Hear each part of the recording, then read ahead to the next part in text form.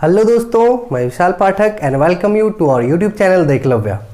आज की इस वीडियो में हम लोग बात करेंगे heating effect of electric current का। तो चलिए हम लोग स्टार्ट करते हैं heating effect of electric current. तो इलेक्ट्रिक करंट का हीटिंग इफेक्ट, ठीक है, हीट उष्मा प्रभाव क्या है।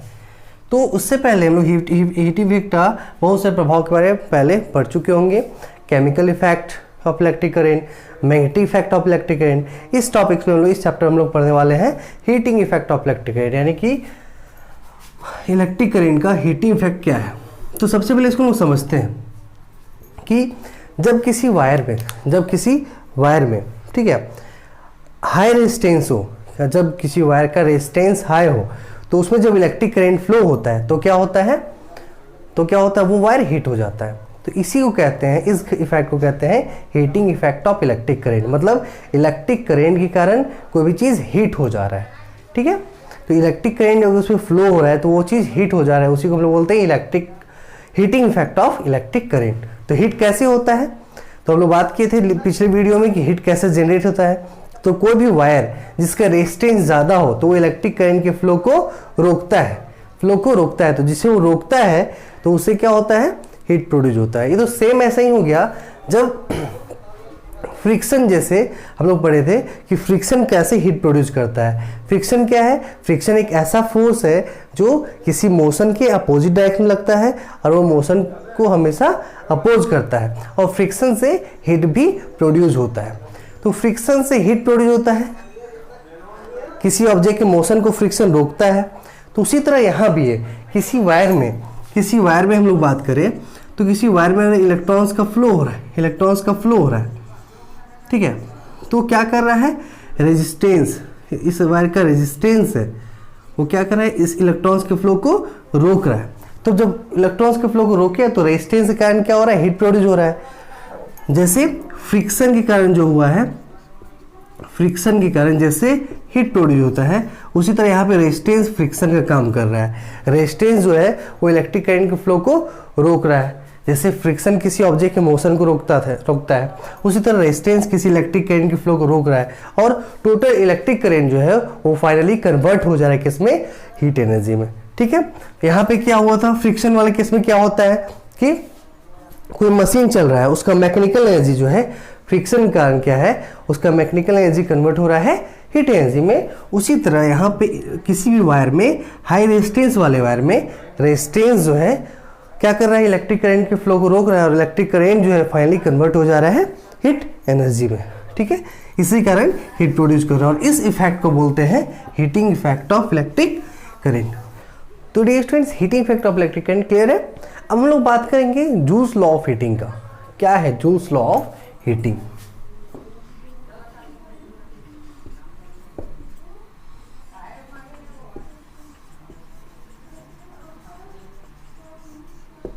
ठीक है, जूल्स लॉ ऑफ हीटिंग क्या है। जूल क्या होता है, जूल ऐसा यूनिट होता है किसका, हीट का या तो एनर्जी का, क्योंकि heat is a form of energy. हम लोग लास्ट के वीडियोस में देखे थे कि heat is a form of energy and energy is capacity to do work. हम लोग यहाँ से इसको ऐसे देखेंगे, ठीक है। हीट क्या है, heat is the form of energy. Heat जो है वो एनर्जी का फॉर्म है, हीट जो है वो क्या है, एनर्जी है। हीट क्या है, एनर्जी है। यहाँ क्लियर है। अब एनर्जी क्या है, energy is the capacity to do work. Energy जो है किसी भी ऑब्जेक्ट जब काम कर रहा है उसी का क्षमता है, काम करने की क्षमता को एनर्जी कहते हैं। It mean heat is equals to energy. Heat क्या है, एनर्जी है, और एनर्जी क्या है, वर्क करने का कैपेसिटी है। तो यहाँ हीट, एनर्जी, वर्क डन एक हुआ। तो सपोज करो कि किसी भी वायर में इलेक्ट्रिक करंट अगर फ्लो हो रहा है, इलेक्ट्रिकल एनर्जी फ्लो हो रहा है, तो वहाँ पे वर्क डन हो रहा है। वर्क डन होने का काम क्या हो रहा है, जब इलेक्ट्रिकल एनर्जी यहाँ पे फ्लो हो रहा है तो यहाँ पे वर्क डन भी हो रहा है। अब जब यहाँ वर्क डन हो रहा है तो अगर ये वायर जो है हाई रेजिस्टेंस का होगा तो उसको अपोज करे, रोकेगा, और यहाँ पे टोटल इलेक्ट्रिकल एनर्जी जो है वो क्या होगा, कन्वर्ट हो जाएगा इलेक्ट्रिकल एनर्जी है वो कन्वर्ट हो जाएगा किसमें, हीट एनर्जी में, हीट एनर्जी में, हीट एनर्जी में कन्वर्ट हो जाएगा। तो हम लोग बोल सकते हैं कि ये कॉन्सेप्ट क्लियर है। अब हम लोग आगे आते हैं कि हम लोग पोटेंशियल डिफरेंस का फॉर्मूला पढ़े थे, V is equals to work done to by unit charge. ये तो यहाँ पर वर्क डन का फॉर्मूला हम लोग क्या लिखेंगे, वर्क का फॉर्मूला क्या लिख सकते हैं, V इंटू क्यू, यानी कि W equals to V into Q. ठीक है, हम लोग चार्ज का फॉर्मूला जानते हैं, we know that charge Q, charge Q equals to क्या होता है, I इंटू टी। कैसे ये हुआ, क्योंकि हम लोग करेंट इक्वल्स जानते हैं Q बाई टी होता है, Q अपन टी, तो Q equals to I into t होगा, ये हम लोग जानते हैं। ठीक है, ये इसको पहला इक्वेशन मान लो, पहला फॉर्मूला मान लो, कुछ मान लो यार, मानना है। ठीक है, सेकेंड है V को देखना है, तो V इक्वल्स टू हम लोग जानते हैं क्या, सिंपल है, हम लोग ओम्स लॉ क्या होता है, V इक्वल्स टू IR, यहाँ पे लिख दो from Ohm's law, Ohm's law, Ohm's law क्या कहता है, V इक्वल्स टू IR, ये सेकेंड इक्वेशन मान लो। ठीक है, अब हम लोग इसमें हम लोग पुट कर देंगे, putting the value of Q and V in किसमें, W equals to V into Q. इसमें हम लोग क्या करेंगे, ये दोनों का वैल्यू पुट कर देंगे, तो वी गेट, हम लोग क्या पाएंगे, W is equals to V क्या होता है, हम लोग V equals to IR into क्या Q क्या हम देखें I और T। ठीक है, तो यहाँ W इक्वल्स टू लोग क्या मिला, I स्क्वायर R T, ये वर्क डन हुआ। ठीक है, तो यहाँ जब वर्क डन हुआ तो किसके कारण वर्क डन क्यों हुआ, क्योंकि इलेक्ट्रिकल एनर्जी फ्लो हो रहा है। अब इलेक्ट्रिकल एनर्जी के फ्लो होने के कारण क्या है, वहाँ पे हाई रेजिस्टेंस वायर के कारण वहाँ पे हीट प्रोड्यूस हो रहा है, यानी कि सारा इलेक्ट्रिकल एनर्जी जो है वो कन्वर्ट हो जा रहा है हीट एनर्जी में। तो हम लोग लिख सकते हैं वर्क डन के प्लेस में, हम लोग वहाँ पे देखें कि वर्क डन इक्वल्स टू क्या है, वहाँ पे हम लोग देखें कि हीट है, तो हम लोग लिख सकते हैं कि H इक्वल्स टू W की जगह हम लोग H लिख सकते हैं, तो H equals to I square R T। ये क्या है, हीट का फॉर्मूला कैलकुलेट हो गया। इससे पहले वाले वीडियोस में भी हम लोग बात किए थे कैसे हीट का फॉर्मूला डिराइव किए थे। ठीक है, तो यहाँ इस पे से हम लोग पढ़ रहे हैं जूल्स लॉ ऑफ हीटिंग। तो यही जूल्स लॉ ऑफ हीटिंग है, इसको जूल्स में एक्सप्रेस करते हैं, जूल में एक्सप्रेस करते हैं, इसी को बोलते हैं जूल्स लॉ ऑफ हीटिंग। ठीक है, अब ये जूल्स लॉ ऑफ हीटिंग कहता क्या है, क्या ये फॉर्मूला क्या बताना चाह रहा है, कुछ तो बताना चाह रहा है भाई, दिल से सुनो, कुछ तो बताना चाह रहा है। देखो क्या बताना चाह रहा है,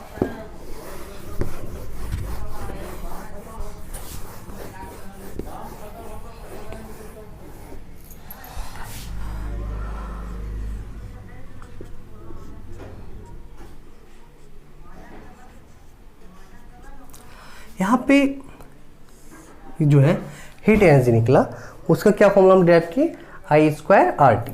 ठीक है, तो ये जूल्स लॉ ऑफ हीटिंग यही है। इसका कहना क्या है, तो ये ऐसे है, ये जो हीट है, क्या कहना है इसका कि heat is directly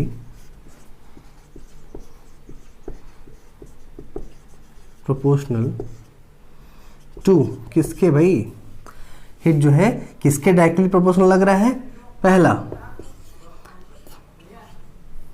square of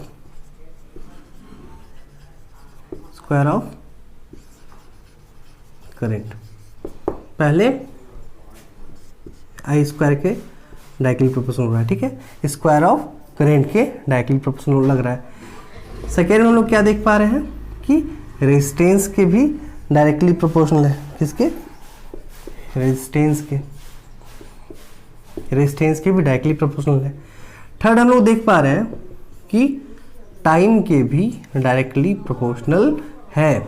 तो फाइनली हम लोग क्या बोल सकते हैं कि जो यहाँ पे हीट एनर्जी जूल में प्रोड्यूस हुआ, हीट एनर्जी जो जूल में प्रोड्यूस हुआ, कब? जब आई करेंट फ्लो हो रहा है एक वायर में जिसका रेजिस्टेंस आर है और टी टाइम के लिए फ्लो हुआ, वो जूल्स में हीट प्रोड्यूस हुआ। इसी को हम लोग जूल्स लॉ ऑफ हीटिंग बोलते हैं।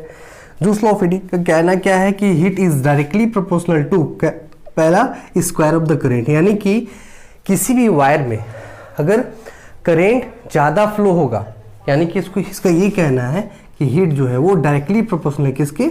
स्क्वायर ऑफ द करेंट के। यानी कि अगर करेंट को डबल कर दिया जाए तो हीट जो है वो 4 टाइम्स ज़्यादा प्रोड्यूस होगा।